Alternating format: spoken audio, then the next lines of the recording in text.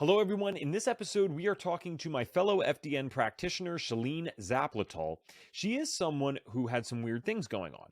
All of a sudden, over the course of 3 months, she gained 40 pounds out of nowhere. Now, this was someone who was fit, in shape, wasn't a health nerd by any means, but knew enough that that shouldn't have been happening. She was a journalist at the time, and so, like many of us that have these chronic health issues, she got into the world of natural and functional. She's trying all these different diets, going from doctor to doctor. And then she finally found out what was actually happening to her, and it turned out to be a mold exposure. So not only today are we going to talk about the symptoms of mold exposure, some of the hidden things, we're going to talk about ways that you can test for it in your own body, ways that you can test for it in your home, and what to do if you find out that you do, in fact, have mold. We hope you enjoy this episode. So without further ado, let's get to it. All right. Hello there, Shalin. How are you?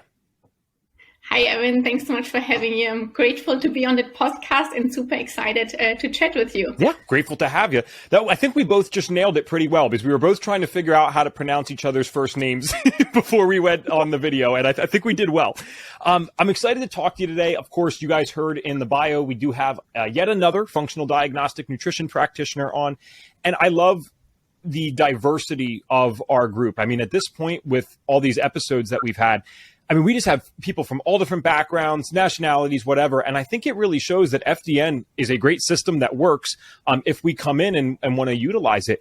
But I'm getting ahead of myself with the FDN stuff. Before we even talk about that, what I would like to know is, when did your health journey start and what did the symptoms look like? Because I know you probably have a health journey of your own.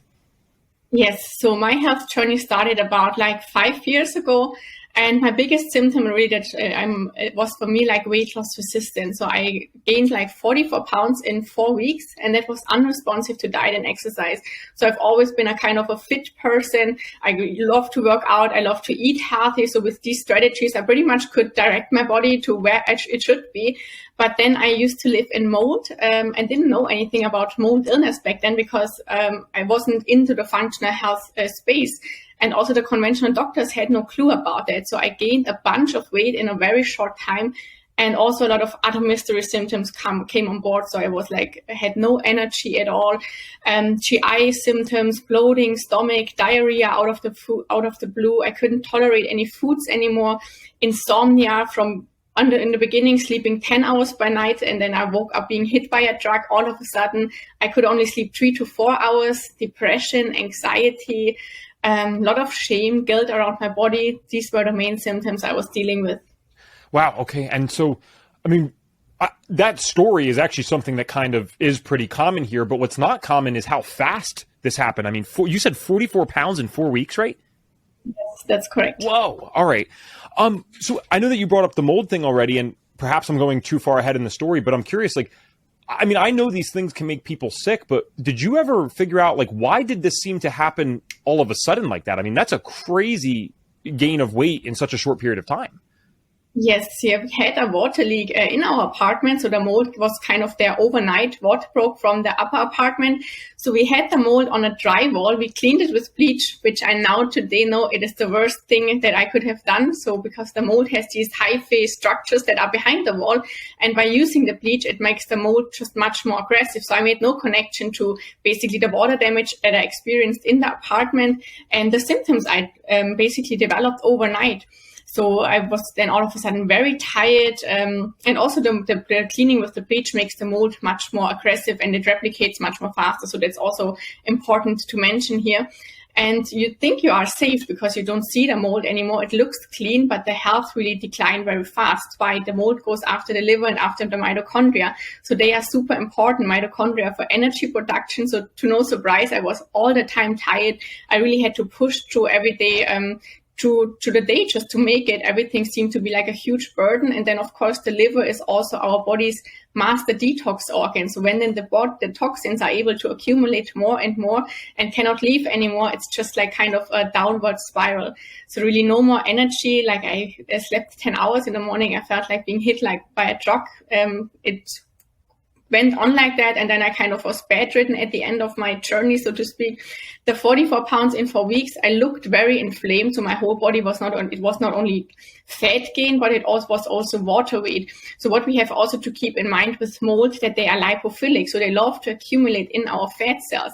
So they accumulate in the fat cells, and if the body is not able to detox it, it just puts it in the fat cells and says, okay, you just stay there. That's much safer as if you would cause any damage to organ and tissues. So then other symptoms that are very typical for mold illness, like depression, anxiety, mood swings, because the mold is able to cross the blood-brain barrier, random aches and pains. That's what I was experiencing. Wow. Okay. I actually really appreciate that explanation for the 44 pounds, because I mean, anyone that knows anything about this, you would have to be eating like 10,000 calories a day to actually gain that weight, literally. So it makes a lot more sense that, okay, your body, I mean, people react to mold, no doubt, but your body hated this thing and was like, all right, what do we do with this? Because we're pissed off right now. And I'm assuming, even though you connected this later, you said yourself, you weren't in the functional space, you're not thinking about mold. What was going through your head initially when you're dealing with these symptoms? Did the doctors have any type of answer for you? Because I'm guessing you went to the doctor's office pretty quickly after this. Yeah. So that's a great question, because that's, I think, especially as a female, you tend to get into this mindset, oh, you are a failure. You just need to work harder, right? You need to eat less. You need to exercise more. I initially tried all the diets like keto, vegan, no carb, low carb, 1 meal a day. So I just tried to be very harsh on me, and it just didn't work. So I was on 800 calories daily and I still gained weight. So that was really the point where I knew something is not right. I was initially doing all the mistakes that basically the people come also to work with me. They are just trusting a doctor's opinion. So I was with a lot of doctors. They told me your lab work looks normal. I was crying in front of doctors. They basically told me I should stop eating candy and stop drinking alcohol. Although I told them I have a diary, I track everything I eat. I'm becoming so obsessed about my food. They didn't believe me. Then I went to the internet, relied on Dr. Google, tried to get better, randomly purchased any supplements on the internet. They had, of course, no effect because I didn't know what they were addressing. I tried to self-heal myself without any roadmap, and I just stayed in the end confused. By the way, didn't come off, and I continued to do this over and over, and of course I kept having the same results. I was with 10 plus doctors, and really no doctor was saying, Shalin, I don't know what's going on, but I'm willing to go down this rabbit hole with you. Something is not right. I believe you. I didn't have that experience. Wow. Okay. I think it's worth mentioning because you and I both know this concept very well, but for those that might not be regular listeners, this is a new thing. You were in what we call the cycle of trial and error, right? I mean, this is the epitome of this. It's someone that gets sick and is very hardworking. It's not like you're not willing to do what was necessary, but you go to the doctor, they don't have an answer sometimes, and it's through no fault of their own, right? The doctors are great people. They're trying to do what they can, but Western medicine is not always equipped for things like this. I'm in the functional space, and I would not even consider myself a 10% expert in the mold stuff, let alone someone in the Western space that might not be thinking about this as much. And then, so, all right, that doesn't work. And then what do we do? Like you just said, Dr. Google, I'm trying different supplements. I'm trying this diet, that diet, and the next thing. And that's, guys, what we call the cycle of trial and error, because as it sounds, you're just trying things. All right, this worked or it didn't work. And unfortunately, for some people, depending on what the condition might be or the cause might be, you might be trying seemingly everything. You might be working harder than 90% of people, or even 99% probably, and yet you still have like the crappiest health results out of everyone. So it seems like you were at least more open to this idea of something natural. I mean, especially if you were going on low carb or doing 1 meal a day, like you're thinking outside the box. At what point, though, do you transition fully from a more Western medicine diet only approach to, hey, I need to go somewhere else? Because I'm guessing if you didn't have any background in mold, I'm assuming some type of practitioner eventually told you about mold, right? I could be wrong here, but how did you get to that point? Yes, so I had a kind of a breakdown moment. So there was really a moment in my life. I was sitting with my boyfriend at a restaurant and he talked to me. And I was so tired, I couldn't even say the words in my head. So that was really, for me, the bottom down moment. And the next morning I woke up and said, Shalin, this is not the life you want to live anymore. You have to do something. So all the energy I had, I continued to Google on chronic illness, onto symptoms, and then I stumbled across functional medicine. Then I started to work with a functional medicine doctor in Canada at that time. And I paid a lot of money for lab testing, but unfortunately, he also was not equipped to see what's going on, because I had huge parasitic infection as well, checked 90% of the signs and symptoms, and he performed a stool test. And you probably know that very well. A stool test is not very reliable to test for parasites. And he also dismissed the mold despite knowing all the symptoms. So I really researched, did a lot of summits. I came then across a health coaching class that I took. And then finally also I stumbled across FDN, lab certifications for blood chemistry. And I basically took all the knowledge, ordered all the testing that I could for myself, and just pieced together the pieces of the puzzle, established protocols, and had to be my own best advocate. Right. Yeah, you become your own health detective, literally, right?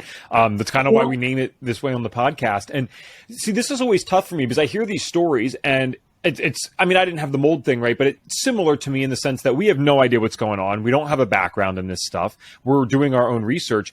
And when I hear these stories, it's very admirable. I'm inspired by listening to it, but I feel so bad for all the people that come on this podcast, because even though it's impressive what you did, you should have never had to do this. It shouldn't be this hard to get this information. You shouldn't have to be paying people thousands of dollars for lab tests and then they don't even necessarily know what's going on. I mean, it's one thing to pay someone if they know what's going on. That's great. That's what we try to do as FDNs. And at the very least, if we can't figure out what's going on with the person, which is pretty rare, we are still humble enough to admit, okay, we know something's going on with you. We just haven't figured it out yet, right? Whereas a lot of Western medicine doctors, if they can't figure it out, typically what's said is, oh, well, it must be in your head, right? It's stress or anxiety or stop drinking alcohol and eating sugar, stuff like that. And that's pretty insulting to the person. I got to ask then too, what were you like career-wise? Because you not only went through FDN, but like obviously you wanted to make it a career, which is amazing. Were you even in the health space before, or was it a completely different career before doing all this stuff? It was a completely different career. I was in the journalism, so I was an editor back then, and I just was doing it alongside, so to speak, but I really became very passionate about it. So I'm very passionate still about the holistic health space, and I as much, the more you know, the more you know how much you don't know actually. So I'm constantly learning, developing, and going to summits. So I became super, super passionate about that. And that's basically how I turned my business also around. So now I'm helping women overcoming weight loss resistance, mystery symptoms. And for me, it's really the most rewarding thing, because that's really what I wish, that I had someone who says, because it can be scary, to go to a detox, because it's not only you're just not only getting better, there can be bumps in the road, there can be like trial and error as well. And to just have someone on your side who says, look, I believe your symptoms and we're going to make it. Yeah, I would say, well, I don't want to put a percentage on it, but I mean, sometimes 10 to 20%, depending on the person, might be even 50% of the healing is simply having another human being that actually believes what they're saying. Hey, you no, I agree with you. You are sick. Something's going on here. And they're willing to do something about it, or at least work with you until they figure it out. I think that's always, that's just very cool. So you kind of, I'm trying to get the story right here. I mean, you went to this Canada person, they did the labs and stuff, but they might not have known about the parasites and those other things. So it was more or less eventually like you kind of figured this out completely by yourself. And then, so the cycle of trial and error did work for you eventually to some degree. Yes, after some time it did. I think I at least struggled 1.5 years with it. So I continued to push through. And actually when we are just touching on the function doctor again, so he made things worse because he diagnosed me with adrenal fatigue. He gave me 50 supplements, so 50 different ones that I had to take daily. And I think also my liver just couldn't handle that anymore because it was already so toxic, and then it should still break down the pills. He gave me some adrenal injections now. So now I had to inject myself. So I was really getting worse during that time. So that's also important, because if you just like dump on a person random supplements, and I see that a lot of people are just doing that in the approach to try to self-heal them, that can also backfire.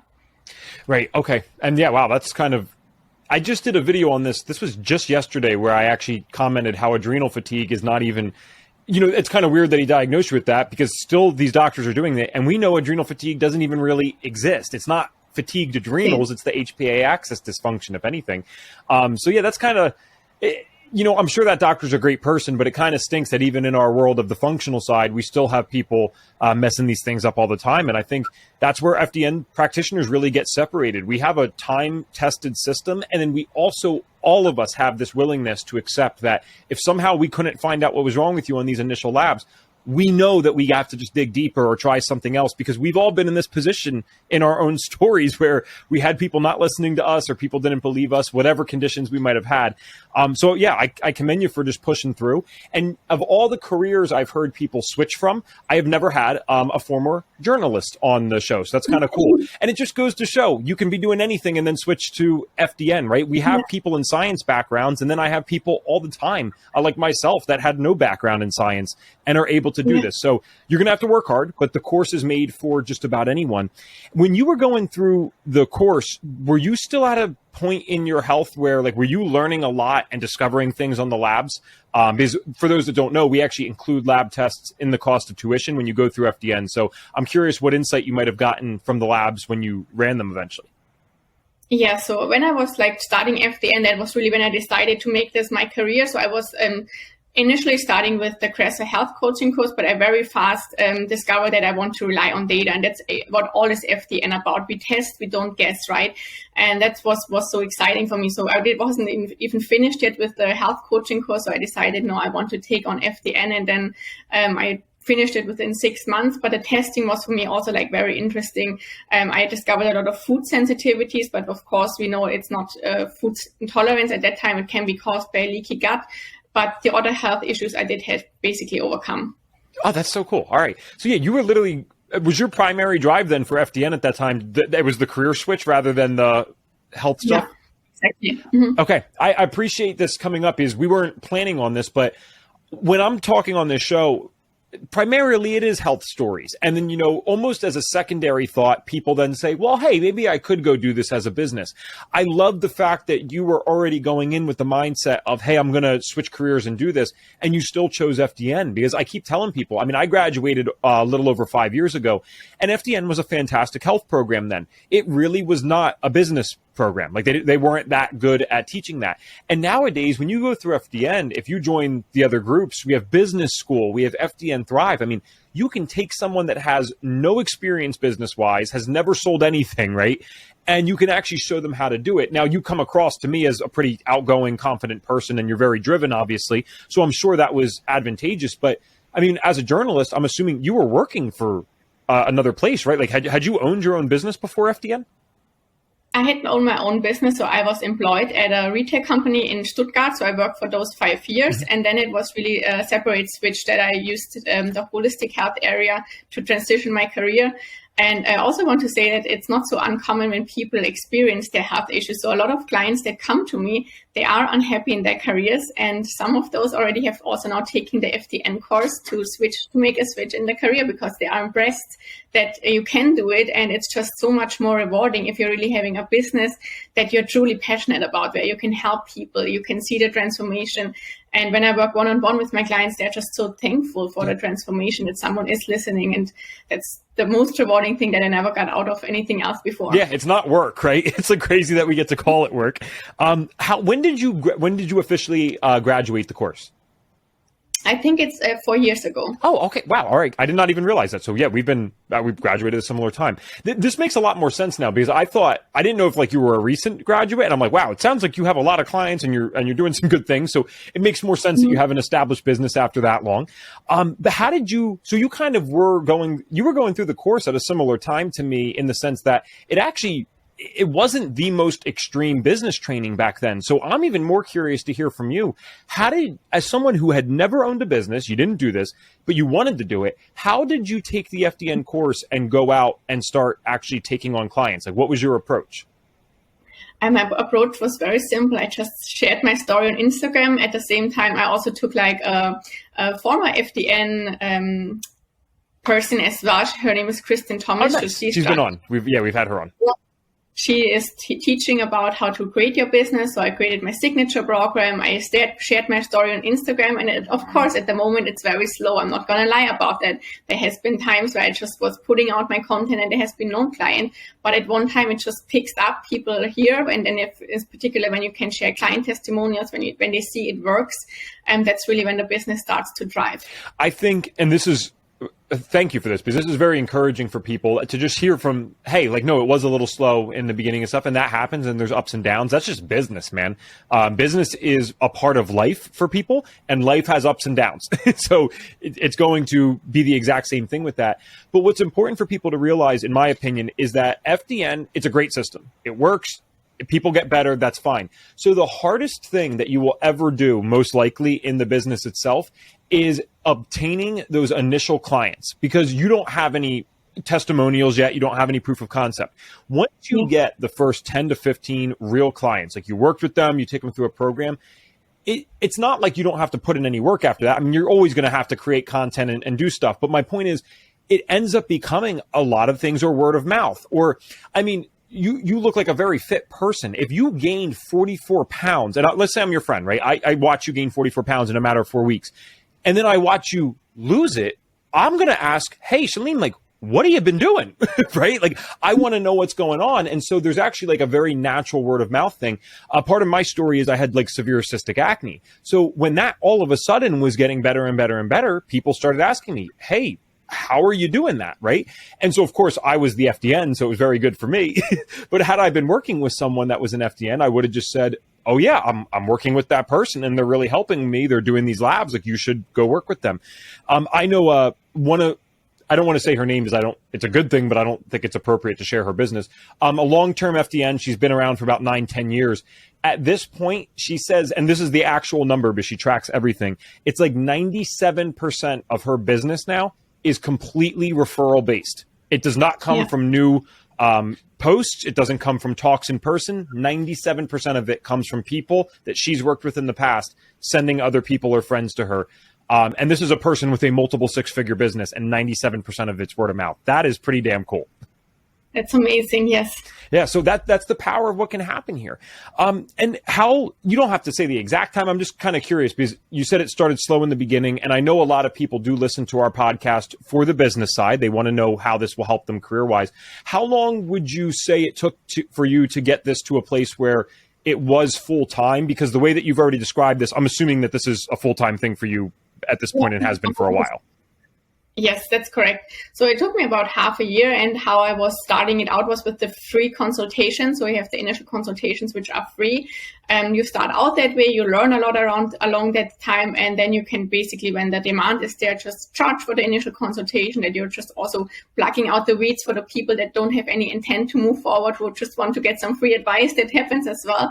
So after half a year, it really picked up very fast. Okay. I feel like I would hope people hear something like that and are totally encouraged. Guys, half a year, that's really good. You know, like, if this took you 2 years, I still think you would be, listen, I think you're probably missing something. I don't think it should necessarily take that long, but at the same time, that's still great for a business. Most businesses, like when my parents, they opened up a very small diner when I was younger. Okay. It sat about 54 people. That was it. And you do not profit off that in the first year. You know, you're lucky to profit off that in like the first few years. So the fact that we have a system here, we can start with almost no overhead. It's not like you had to build a storefront to start your FDN business, right? And then in 6 months, you took that from someone who has no experience running a business to doing that full time. And then here you are 4 years later. I mean, that's amazing. So what advice do you have for people that, or maybe they're trainees right now? We have a lot of people that are trainees that listen to this. What would be your advice to them for starting their business and kind of getting going? Like, what would you tell them? Definitely getting some mentorship. You should always look for someone who can teach you the things much faster to accomplish something. So I took classes on Instagram. I took classes on how to establish a webinar funnel, etc., etc. So that's definitely important. And then also just always provide knowledge to educate, because if people see, some people, they have the conflicting thought, oh, if I put everything out on Instagram on my website, then people don't want to work with me. But it's the opposite. Like, even people, when they take all the knowledge that you have, they are still not able to establish protocols.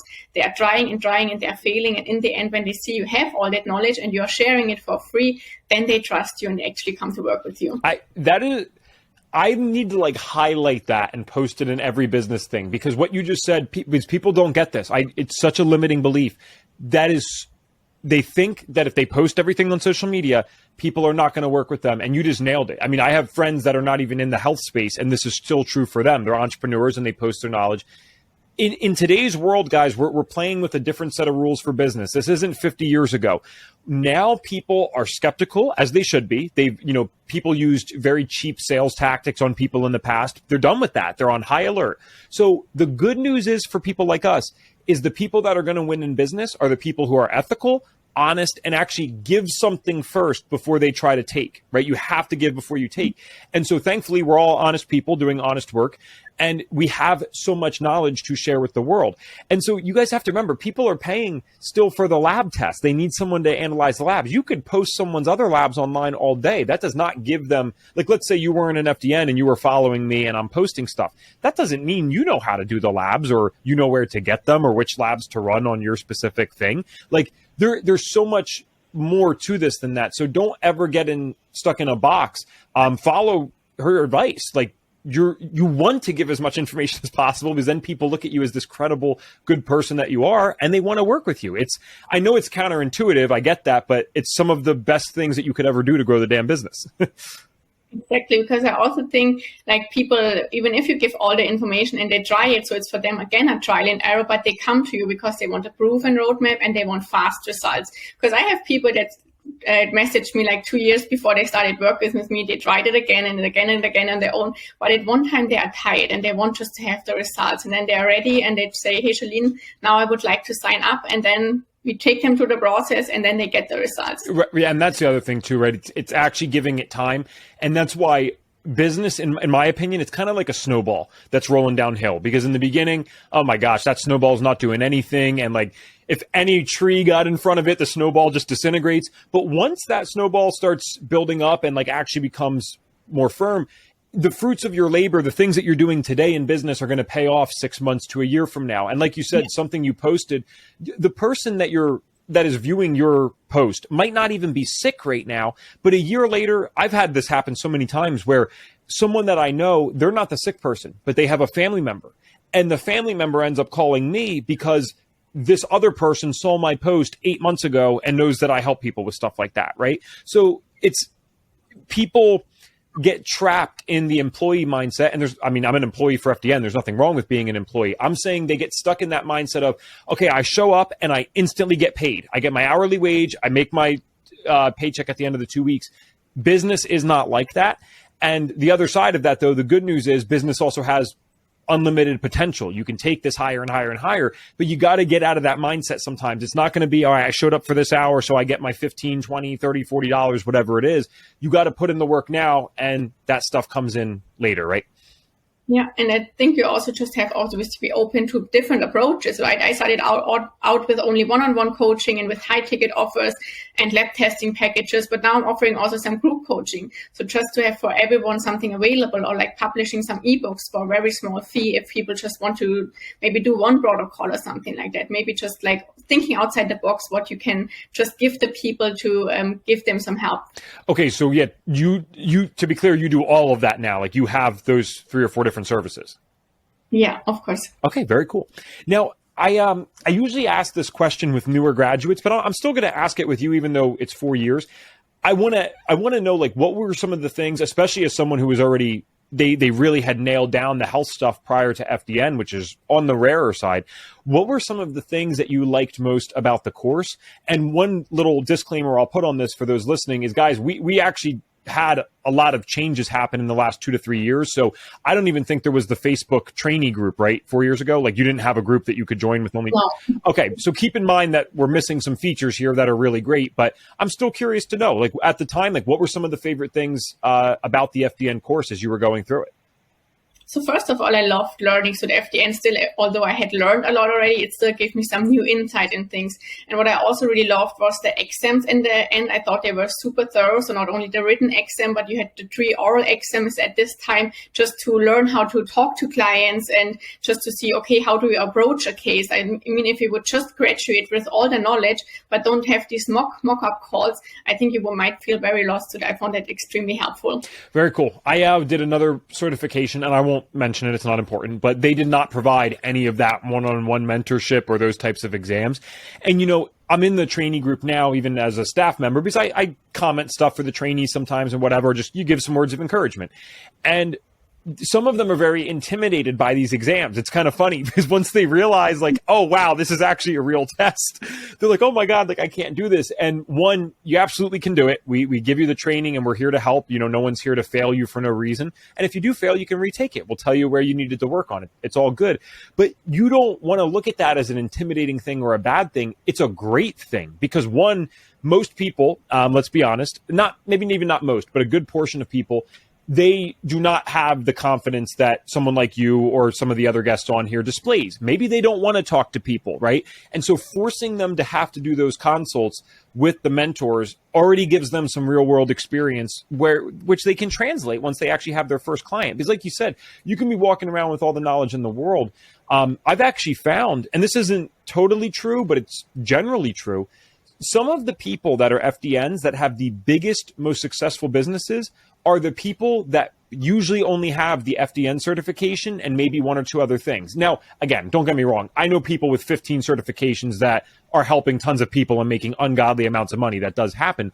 But I've seen so many people that they got like 10 credentials after their name. They've taken all the advanced courses and they're still not even able to do FDN full time. So at some point we have to realize it's us, and we got to be able to put ourselves out there and take some risks because the FDN system in and of itself is enough to have someone make a business. You know what I mean?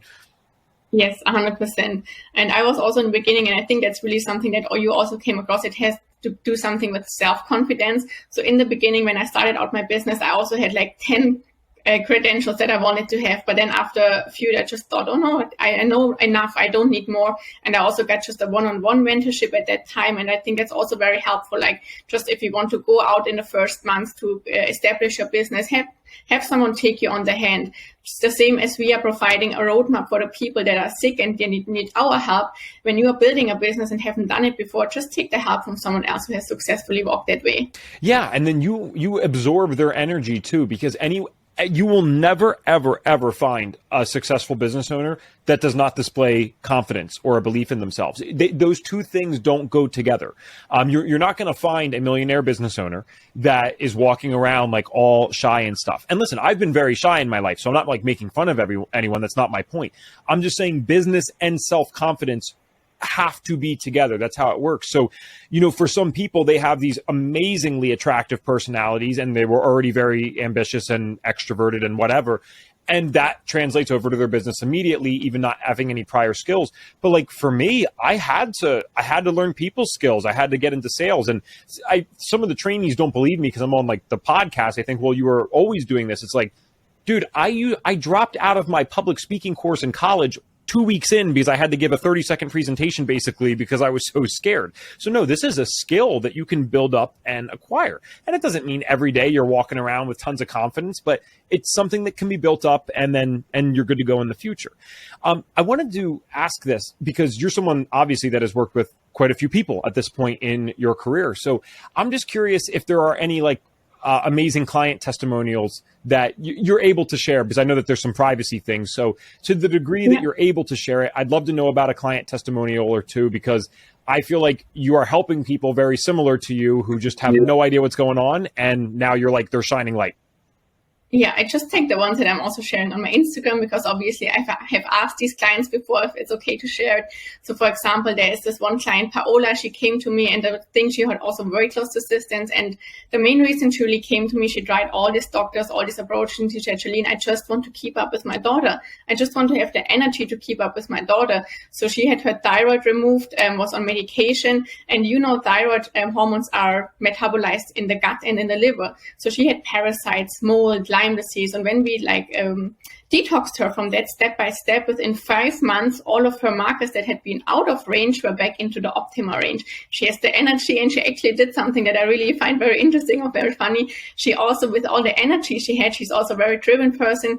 She took now some certification classes to also make a bigger step in her business. So that's a great testimonial. And then I also would like to share my client Shane, because she has a very heavy health story, and she doesn't deal with weight loss assistance. She had severe Lyme disease. So she was bedridden for several years. She says in one of her testimonials that she wrote to me, she said she had full body muscle spasms, endometriosis, everything. She thought she was going to die. She was going to doctors in and out of the hospital. She couldn't walk anymore. So really, really bad situation. And then she just decided one day she stopped all the medicines doctors were tossing at her because she was like feeling worse. And she had a lot of neurological symptoms because Lyme is the great mimicker. No one was able to detect that. And she came to me and she's still working with me. We are now 1.5 years, I think, into the protocols, but so many things she says are gone and in reverse. She started her business again. She couldn't work before. It's amazing, the transformation that you see. And I just wanted to share that one because so many people, I think they sometimes lose hope. And Shane was always a fighter. She didn't give up. All the things that she experienced, I mean, that's heavy stuff. And she just continued to not trust doctors. She said, there's something wrong. I don't believe that Western medicine, the medications that you're giving me are making me worse. And she continued to do her own research. And that's how she found functional medicine. Wow. All right. I love both. Yeah, I love both of those. Especially the second one. Yeah, that's powerful stuff because we do pretty amazing work. So for someone to be working with you still 1.5 years later, that just shows how sick they were when they first came to you. You know what I mean? Yeah. And it's tough. And I walk such a fine line on this podcast because I always want to make sure I have to think, Shalin, if someone is just listening for the first time, what is their impression? Because I want them to know that we are not against doctors in any way, which is true. We have doctors that work for FDN, right? That we combine the best of both worlds. But what you just shared with that second client there is it's notable. We got to mention this. Guys, yeah. You want to go to Western medicine when you're sick. You want to listen to them. You want to give it an honest try. But at some point, if you are receiving medications, they're making you feel worse. The people are not believing you. You're being told it's in your head or it's just anxiety when you know it's clearly not. You do have the right to start investigating for yourself. Now, I am not suggesting if you're on 5 medications, you stop taking those all of a sudden. I mean, that was her choice, right? And it turns out it was a good one. That's fine. But for some people, that might not be a good choice.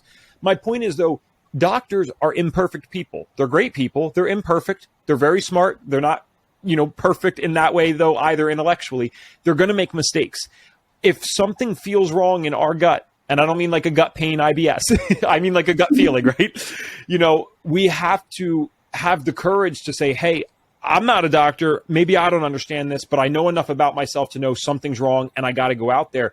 And I applaud you for doing that. And I applaud this client because if you've never listened to the podcast before, one of the reasons I always ask that question, because any regular listener has heard this, it's the same thing, Shalin, all the time.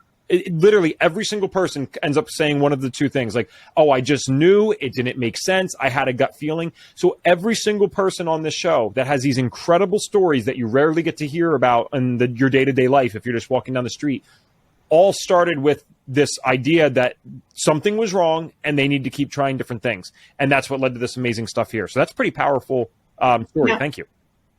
I think really what people should pay attention to, I mean, I'm completely on the same side as you are, like not all Western medicine doctors are bad, but I think some people just have to listen to if there's a red flag, like if a doctor, like already what you said, if you says your symptoms aren't real, they can't be real. Mm-hmm. No doctor should say that because the body's symptoms are just a way of pointing out something is not in balance. And the doctor should always believe the client, right? I sometimes pay more attention to symptoms than to any lab testing because the body is never wrong. Wow. Okay. I do agree with that. And you know what?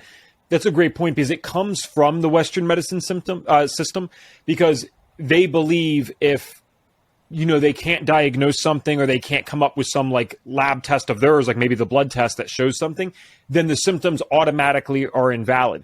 We view health through a completely different lens. When an FDN sees their symptoms, we automatically think by definition that brain-body diagram, right? Like we know there has to be one or more malfunctions in the brain or body leading to a state of disease. So we get that automatically. But yeah, Western medicine says, okay, cool, you have symptoms, great. Let's find the diagnosis. And the minute they can't diagnose, you are correct, 80 to 90% of them will just say, oh, well, then there's nothing wrong. It's like, okay, well, we don't believe that at FDN. I don't think that's true at all. And I was in that same boat. I got blood tests at like 18, 17 years old. I felt awful at 17 years old.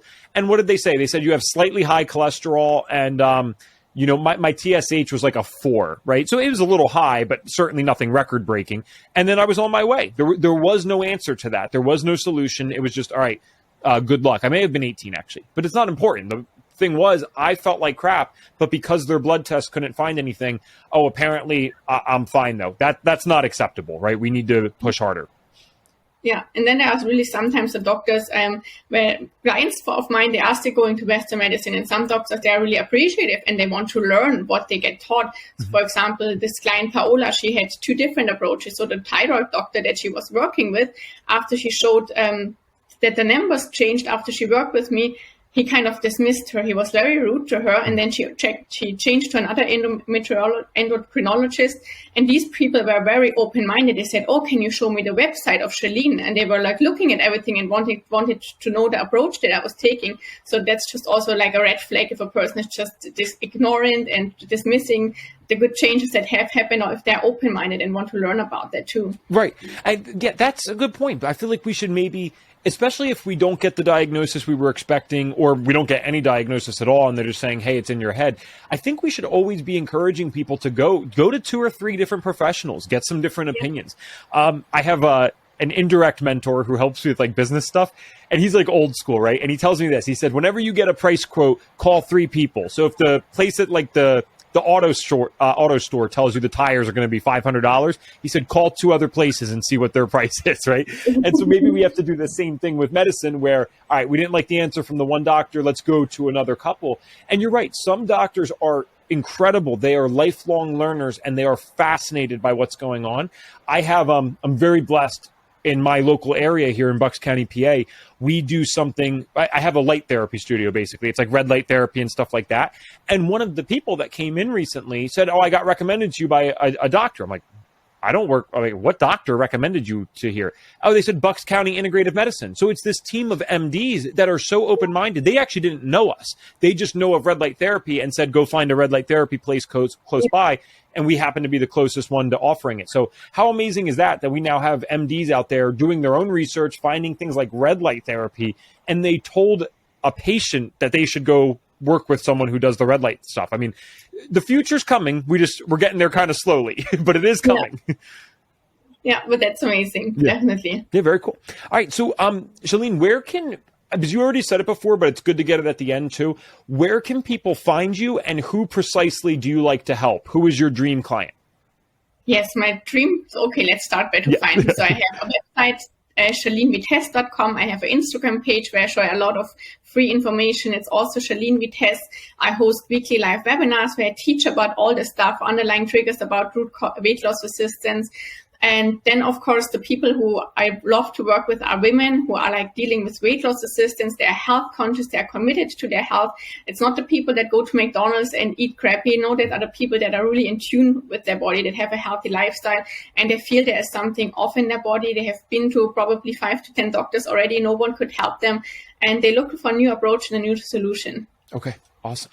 I will make sure all your links are in the show notes. And we actually have a few more minutes here, so I'm glad, because I wanted to get to one. You and I both get very hyped up and we talk very fast. So I feel like we just did 2 podcasts in one. This is great.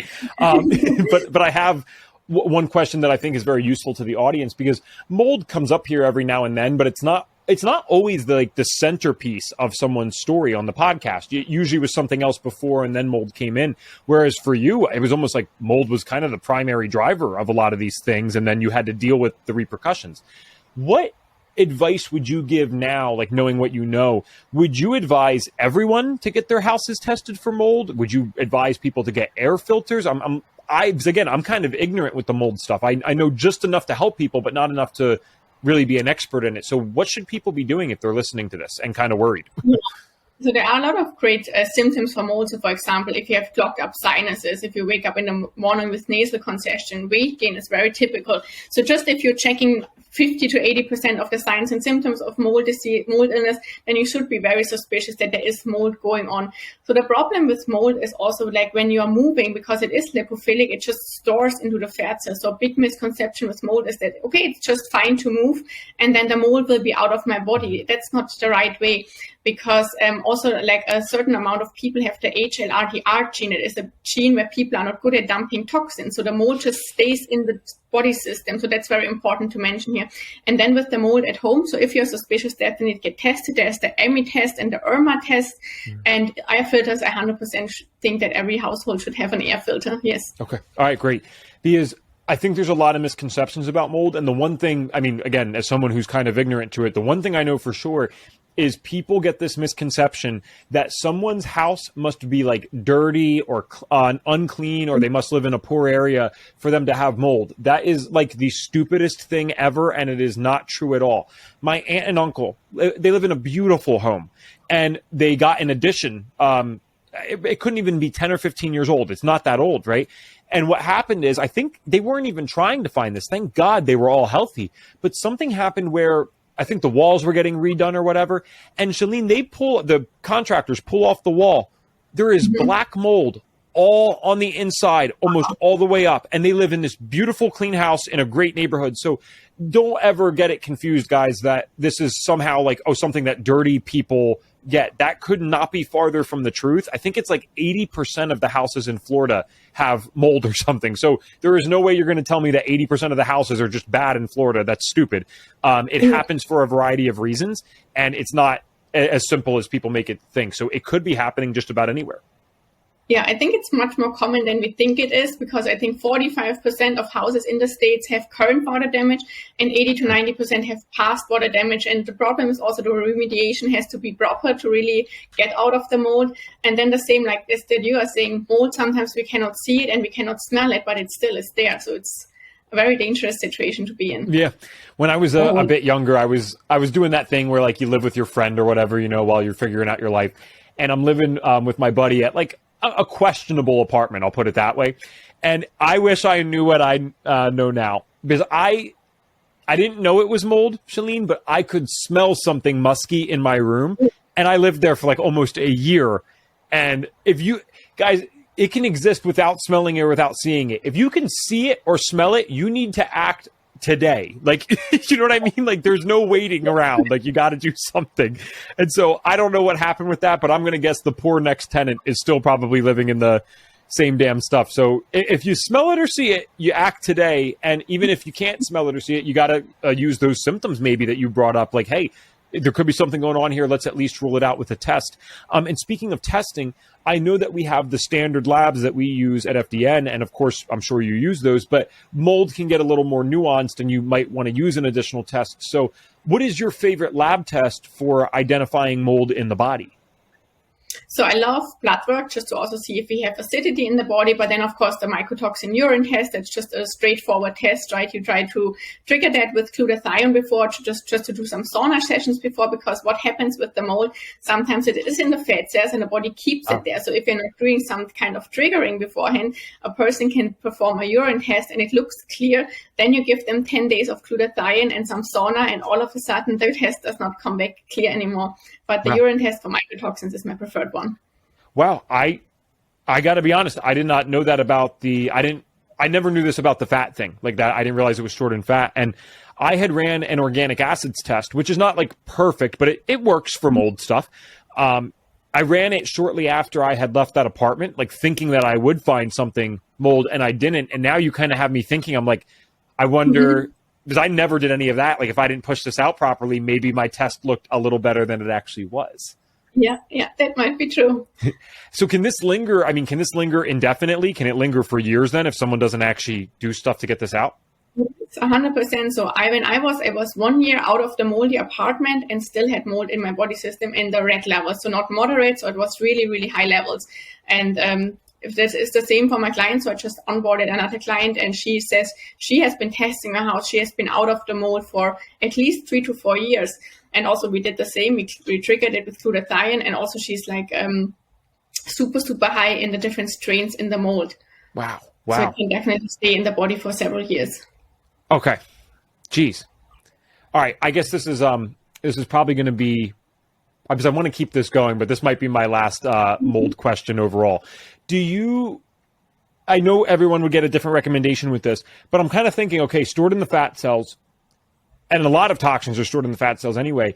Do you utilize any type of fasting or ketosis with clients? Because I mean, that would obviously be a very good way to detox the fat. Like, is that too much for these clients, or is that actually very good for this?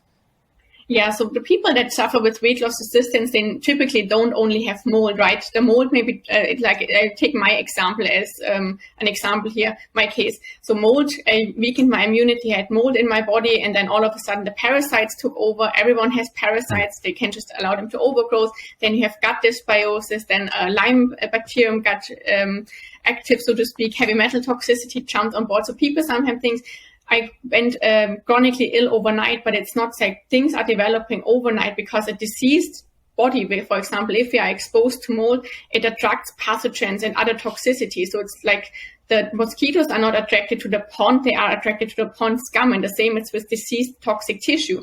We know that when, for example, we have positive pathogens in the body, when there is diseased tissue, they pleomorph, so all of a sudden they become harmful. Mm-hmm. So there must just be one trigger, basically, and then the cascade goes on. So now I forgot your question. If you can please remind me the question. Well, the question, and I mean, you did kind of answer it indirectly. I was saying, since it's stored in the fat, like, what would something like fasting, or, I mean, true ketosis, I'm not talking about the keto diet, I mean, like, measured in the blood, I'm in ketosis, because that would use your fat cells. So I'm curious if there was a benefit there, or if that would be too much for clients, because, like, if I mean, hey, when you do ketosis or fasting, you're detoxing. That's great, but sometimes you actually feel sick depending on how banged up the person is before they do that stuff.